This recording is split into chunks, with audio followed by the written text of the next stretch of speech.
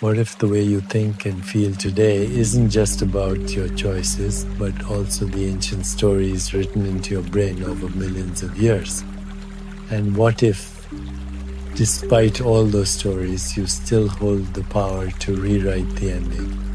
Right now, as you sit here breathing, your brain is carrying a lineage older than fire, older than words.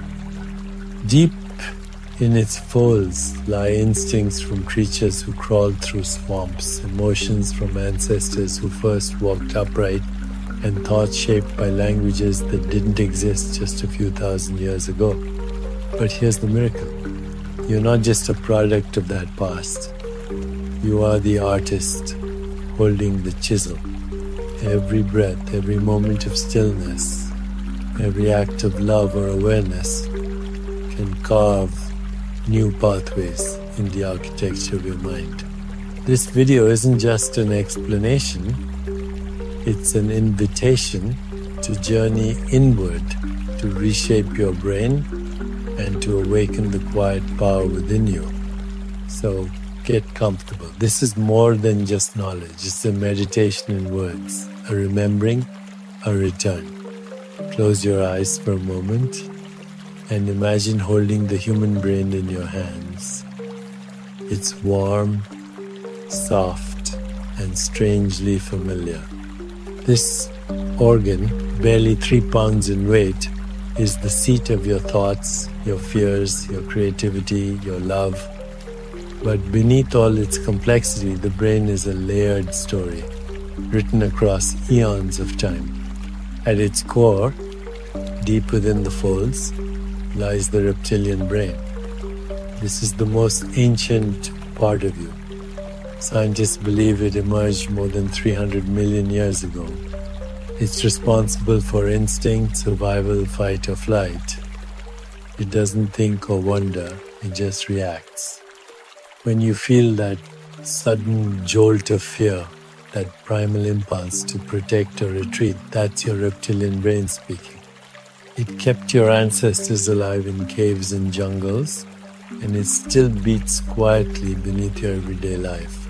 Wrapped around that, we find the emotional brain, often called the limbic system. It arrived roughly 100 million years ago. This is where feelings live: grief, joy, attachment, the desire to belong. It's what drives you to comfort a crying child, to long for connection, to weep at beauty or heartbreak. It's the part of your brain that remembers how something made you feel long after the facts have faded. This emotional layer is deeply human, yet shared with many other mammals. It's ancient but tender, powerful but soft. And then, much later, just about 5 million years ago, the cerebral cortex began to develop. This is the outer layer, the wrinkled part you often see in diagrams. It's where imagination, problem solving, reflection, and language are born. And language, oral and written, only appeared in the last 15,000 years or so. That's the blink of an eye, cosmically speaking. And yet, it changed everything. Because of this thin outer shell, you can ponder your own thoughts.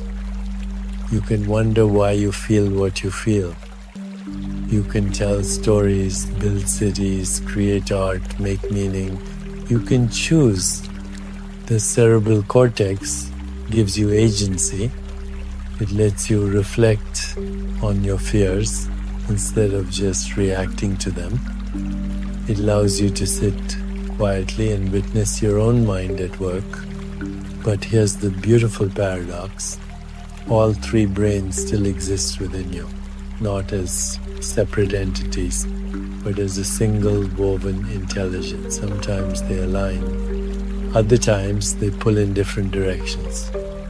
You might feel fear from your reptilian brain, sadness from your emotional brain, and a desire to understand from your cortex all at once. This internal tension is not a flaw, it's the fullness of being human. When you overreact in traffic or lash out in anger, It's not because you're broken, it's because your reptilian or emotional brain took the wheel. When you freeze during a difficult conversation or feel overwhelmed by uncertainty, it's not weakness. It's ancient wiring doing what it was designed to do, protect you. But you're not stuck there. That's the true gift of human consciousness, awareness. You can watch the fear arise, observe the reaction unfold, and then breathe, reflect, choose differently. This is where mindfulness enters the story. Because even though those ancient parts of your brain are strong, they are not in control unless you give them the reins. Every moment of conscious breathing, every time you pause before reacting, every act of stillness is a quiet revolution. You are training your brain to soften, to listen, to heal. And the more you do it, the more those neural pathways strengthen. Like trails in a forest, the more often you walk them, the clearer they become. This isn't poetry, it's neuroscience. It's how the brain works. You are literally sculpting your inner world with each mindful choice. So the next time you feel overwhelmed or stuck in a pattern, remember this. Your brain is not just reacting, it's remembering. It's calling up ancient instincts. But you, here in this moment, have the power to teach it something new, to offer it presence instead of panic, compassion instead of judgment, stillness instead of chaos. You are not just a thinker, you are a sculptor, and your medium is the mind. Let this knowledge be more than just information. Let it be the beginning of something deeper, a practice, a path, a way home to yourself. Because you are not the sum of your instincts, you are the space in which they rise. You are the witness, the artist, the breath behind the thought. And from here, everything can change. Imagine for a moment that your life is a house. The structure, its beams and blueprint might have been passed down through generations. Your height, color of your eyes, your natural temperament, these were built into the frame. But what you place inside the house, how you decorate it, what kind of light filters through the windows, that's shaped by your experiences. Your brain works much the same way. Yes, it carries your genes, your ancestral code. But it's also shaped by every breath you've taken, every word you've heard, every moment of joy, of fear, of tenderness. You were not born finished. You were born becoming. Science tells us that genes act like a blueprint for the architecture of the brain. They guide the way your neurons connect, the way your thoughts flow, and how your mind develops in early life. But those genes are not set in stone, they are responsive. They wait for your life to speak to them. This is where epigenetics comes in a field of science that shows how your environment, emotions, and experiences can literally change how your genes are expressed. Imagine your genes as the sheet music and your life as the musician. The notes are there, but the way they're played, the tempo, the emotion, the emphasis, that's up to you and the life you live. Stress, trauma, love, compassion, all of these can influence the way your brain wires itself. A child raised with warmth and safety builds different connections than one raised in chaos or fear. But here's what's miraculous. Even if your early experiences were hard or limiting, your brain retains the ability to change at any age. This is what we call neuroplasticity, the capacity of your brain to rewire itself in response to new patterns. You are never stuck. You are never too old or too damaged or too late. Your brain is listening to your breath, your choices, your attention, It responds to repetition, to care, to stillness.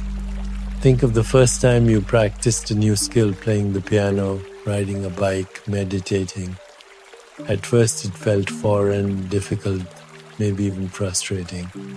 But with time and practice, it became smoother, more natural. That wasn't just your mind adjusting. That was your brain physically building new circuits, strengthening pathways, like laying down fresh roads. And so, when you return again and again to mindfulness, to compassion, to self-reflection, you are shaping your inner world. You're not forcing change, you're inviting it. With gentleness, with breath. This understanding is echoed not only in science but in ancient wisdom traditions. In yogic philosophy, the inherited patterns of the mind are called samskaras. They are like grooves formed by habit, memories, impulses, ways of thinking that repeat again and again. These samskaras shape your perception of the world. But yoga also teaches us that we are not bound by them. Through deliberate practice called karma, we can plant new seeds, we can water different thoughts, we can become conscious of how we act, how we speak, how we react, and slowly shift those patterns toward freedom. Karma, in this sense, doesn't mean fate. It means action, intentional, aware action. The kind that arises when you pause, breathe, and choose from love instead of fear. So what does this look like in real life? It means the moment you catch yourself in self-judgment and choose to soften instead of criticize, you are changing your brain. It means the moment you turn towards someone in empathy instead of blame, you are rewriting the story of your neurons. It means the moment you sit quietly in the morning, feeling the rise and fall of your breath, you are training your brain to dwell in peace. And each time you return to that practice, the effect deepens. The music changes. The light inside the house grows softer, steadier, warmer.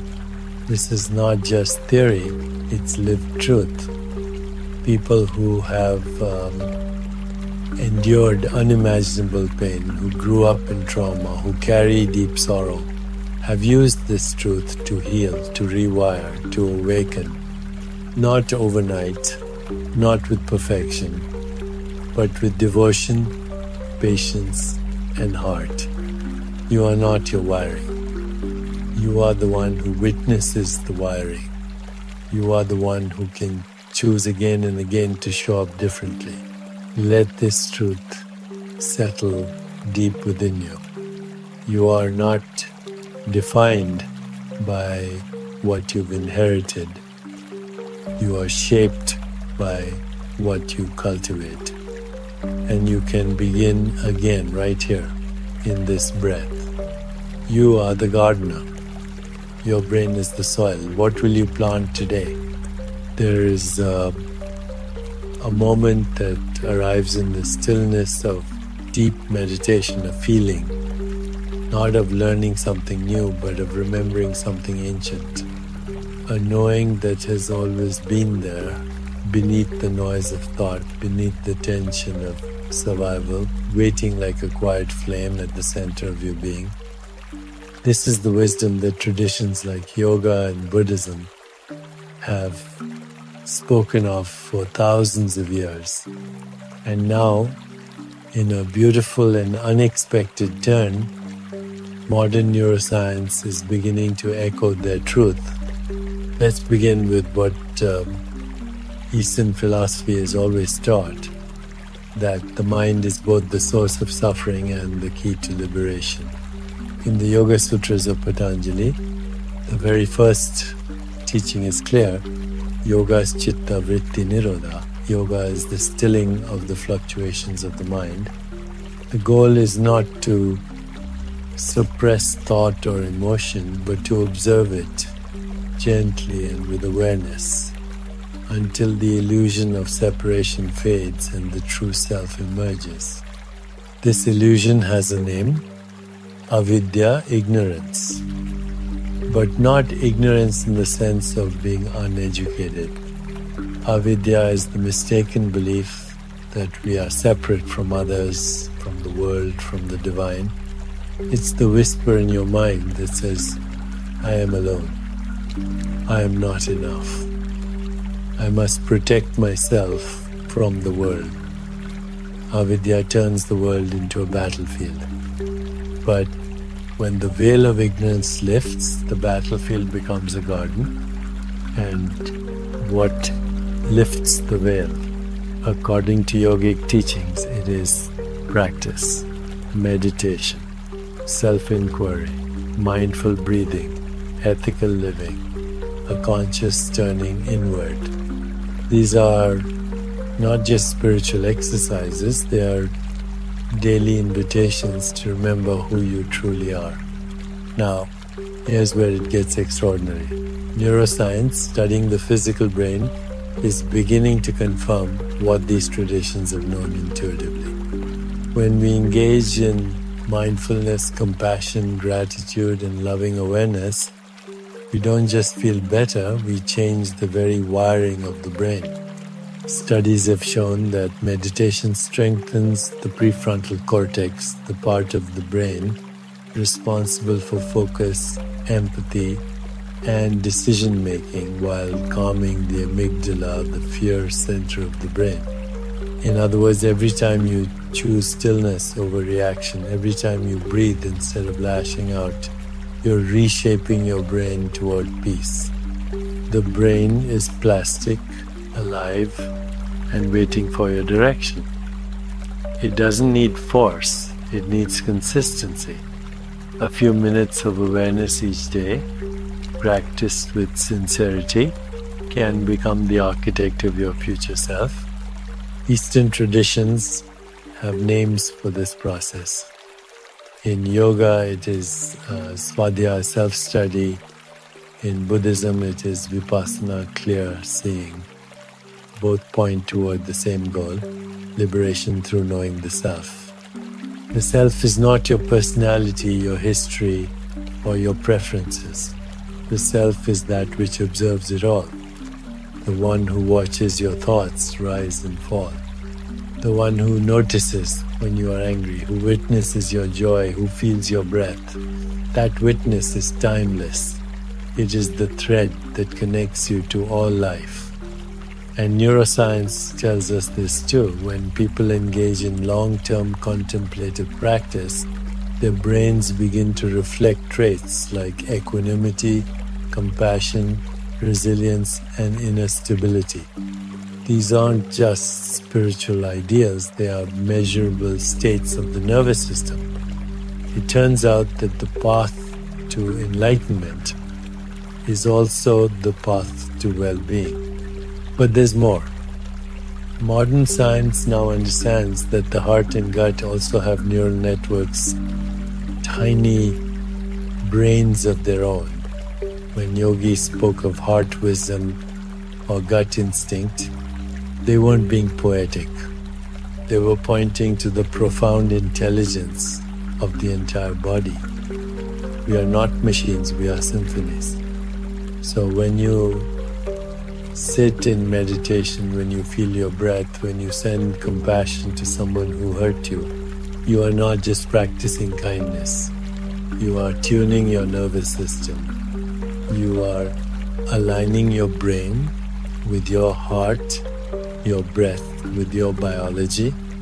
And when you do this regularly, you begin to live from a different place. A place not ruled by fear or desire, but by clarity, gentleness, and presence. The beauty of this convergence between ancient wisdom and modern science is that it invites everyone to the table. Whether you are drawn to spiritual practice or scientific research, the message is the same. You are not powerless. You are not broken. You are not alone. You are a being of incredible capacity, capable of reshaping your inner world through awareness and love. This is not magic, it is not mysticism. It is the miracle of being alive in a time when the truths of the heart are finally being seen by the eyes of science. So don't worry if your mind is busy. Don't judge yourself if you feel lost or disconnected. That too is part of the process. What matters is the return, again and again, back to the breath, back to the body, back to the self. In doing so, you honor both the wisdom of the sages and the knowledge of the scientists. You walk a path that is as old as silence and as new as this very moment. And in that path, healing begins. There is a silent ache that lives in almost every human being, the sense that we are alone. Even when surrounded by people, even in moments of success or beauty, there's often a quiet whisper inside that asks, am I truly connected? Do I belong? This is not a flaw. It's not a sign that something is wrong with you. It is the natural result of how our minds have been conditioned to see the world. We have been taught consciously and unconsciously that we are separate from each other, separate from nature, separate from the divine. This illusion of separateness, known in yogic philosophy as avidya, is the root of almost all suffering. When we believe we are alone, we feel we must defend ourselves. We compare, we compete, we isolate. We begin to fear the world and our place in it. We try to control everything around us just to feel safe. And yet, this belief, the belief in isolation, is an illusion. It's like standing in a vast ocean and believing you are just a drop of water. The truth is, you are the ocean itself, moving in the form of a wave. The idea of the separate I is just a temporary shape, a passing ripple. Every spiritual tradition has pointed to this truth in its own way. The Buddha taught that the self is empty of separation. Jesus spoke of oneness with the Father and with one another. The Upanishads declared, Tat Tvamazi, you are that. And modern science, interestingly, is starting to echo the same song. Neuroscience shows us that when we practice compassion, when we feel connection, when we see ourselves in others, our brain lights up in ways that promote healing, regulation, and inner peace. It turns out that connection isn't just a feeling, it's a biological need. We are wired for belonging, but this realization is not something we access through intellect alone. We need to feel it, to sense it in our bodies, to experience it in silence and presence. This is why meditation matters. When you sit in stillness and begin to observe your breath, you start to notice that the boundary between me and everything else is not so solid. The air you inhale was exhaled by the trees. The thoughts in your mind were shaped by voices, by memories, by language you did not invent. Even the cells of your body are a blend of ancient stardust and microbial life. You are not separate. You never were. In meditation, one powerful visualization can help dissolve this illusion. Picture roots extending from your body deep into the earth. Feel how the ground supports you, how it holds you without condition. Then imagine a golden thread connecting you to every living being, animals, plants, ancestors, even those you've never met. This thread does not bind, it connects, it reminds.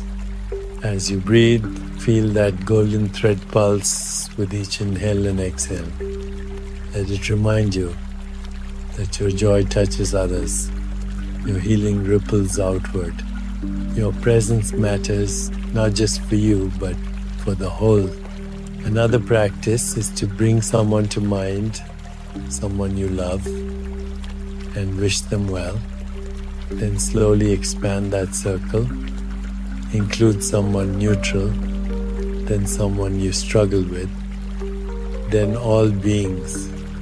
Whisper, even silently, may all beings be free from suffering. May all beings be happy. May all beings be at peace. This is not just poetry. It is a rewiring of the mind, a quiet revolution of the heart. When we practice this, something begins to soften. The tight grip of me versus you starts to loosen. The fear of the other begins to fade. And in its place grows something deeper than knowledge, a felt sense of unity. And yet, let us be gentle with ourselves. The illusion of separateness is powerful. It has been reinforced for generations in our schools, our systems, even in our stories. It will not vanish overnight. But each time we choose awareness over fear, each time we return to the breath, we are pulling back the curtain, we are coming home. This return is not a one-time event. It is a daily practice, a sacred remembering. You may forget. That's okay. You may get caught in the trance of separateness again. That's human. What matters is that you notice and that you return. Return to the present moment. Return to the breath. Return to the knowing that you are not alone, you are not broken, and you are not separate. You are a thread in the great tapestry of life. You are a note in a cosmic song. And your melody matters. And as you live from this truth, something extraordinary happens. Suffering begins to dissolve. Not because pain disappears, but because you stop carrying it alone. Joy deepens. Compassion arises naturally. Life begins to feel less like a fight and more like a flow. This is the great healing. The healing of remembering who we truly are, not isolated minds, but radiant expressions of the same light.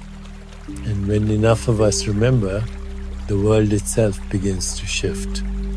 If something within you stirred while listening, a sense of remembering, a softening of breath, a quiet pause in the noise, then honor that feeling. It's not just an emotion. It's the beginning of returning to yourself. You don't need to figure it all out today. You don't have to force change. Just keep showing up, keep breathing, keep noticing. That's where transformation begins, not in the grand moments, but in the gentle ones. If this video offered you something, a sense of clarity, peace, or even a question worth exploring, please take a moment to stay connected. Subscribe to this channel so that you don't miss the next guided meditation or reflective journey. Each one is crafted with care to help you come home to yourself again and again. Share this video with someone who may be quietly struggling. You never know whose heart might be waiting to hear that they are not alone. And if you feel called, leave a comment below. Share what resonated. Share your questions. Let this be a space not just for content but for connection.